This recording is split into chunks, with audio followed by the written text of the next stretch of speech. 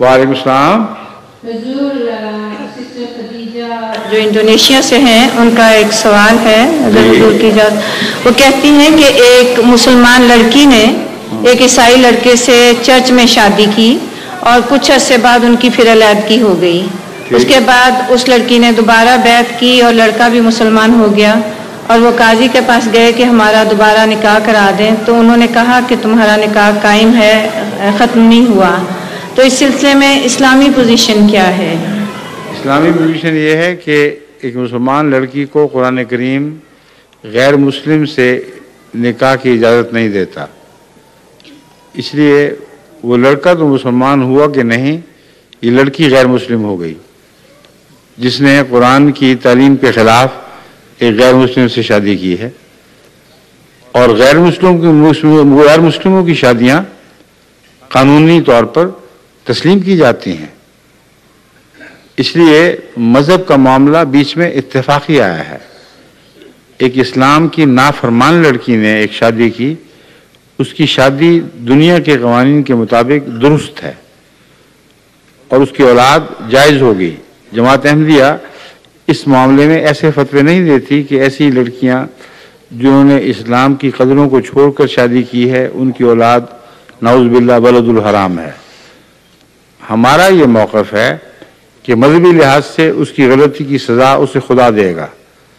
جہاں تک شادی کا تعلق ہے، یہ ایک عالمی قانون ہے اور اس عالمی قانون کے مطابق ہر شادی جو ملکی دستور کے مطابق کھلم کھلا ہو اور مخفی پہلو نہ رکھتی ہو وہ جائز ہوتی ہے.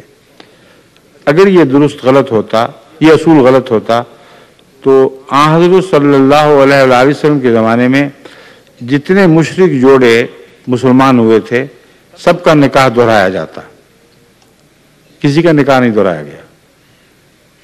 سب سے بڑی مثال خود رسول اللہ صلی اللہ علیہ وسلم ہے. اسلام سے پہلے آپ کی شادی حضرت خدیجہ سے ہوئی اور جب اسلام نازل ہوئے آپ نے دوبارہ نکاح نہیں پڑھا. اسی لیے قرآن کریم میں جو نکاح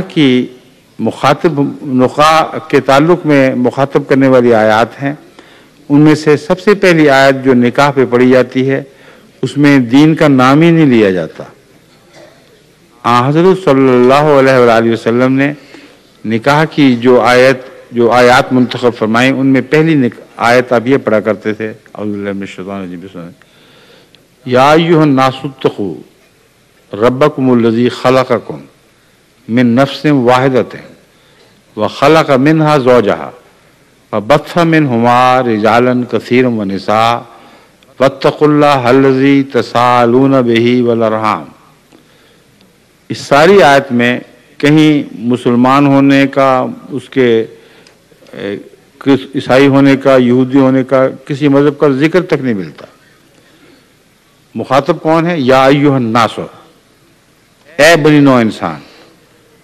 ان کے واقعات کیا بیان ہوئے؟ تمہارے آباء و اجداد کا یہ حال تھا، اس سے تم یوں بنے ہو اور آئندہ تم سے یہ ہونا ہوگا.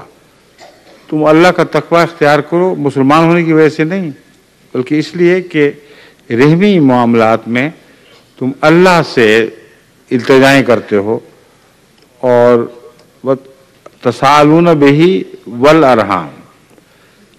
اس لیے تقوی اختیار کرو کہ تم خدا ہی سے مانگتے ہو. والارحام، اور ارحام کے تعلق میں خصوصیت سے جس سے مانگتے ہو اس پر نگاہ رکھنا. اب بتائیں یہاں کس مذہب کا ذکر ہے؟ نہ اسلام کا، نہ عیسائیت کا، نہ یہودیت کا. بس نکاح کو اسلام ایک عالمی ضرورت کے طور پر تسلیم کرتا ہے اور نکاح کے بعد ایسے شخص کے بچوں کا یا خاوند کا یا دونوں کا اکٹھے مسلمان ہونا، ان پر اسلام لانے کے لیے نئی رسومات عائد نہیں کرتا. ان کو اثر نو اسلام کی رسومات نہیں، شادی بیاہ کی وہ رسومات جو اسلام میں چلتی ہیں وہ ان پر دوبارہ فرض نہیں کرتا. اگر یہ بات درست نہ ہو تو ساری دنیا ولد الحرام ہے. صرف مولوی کا نکاح جائز، باقی سب جھوٹے.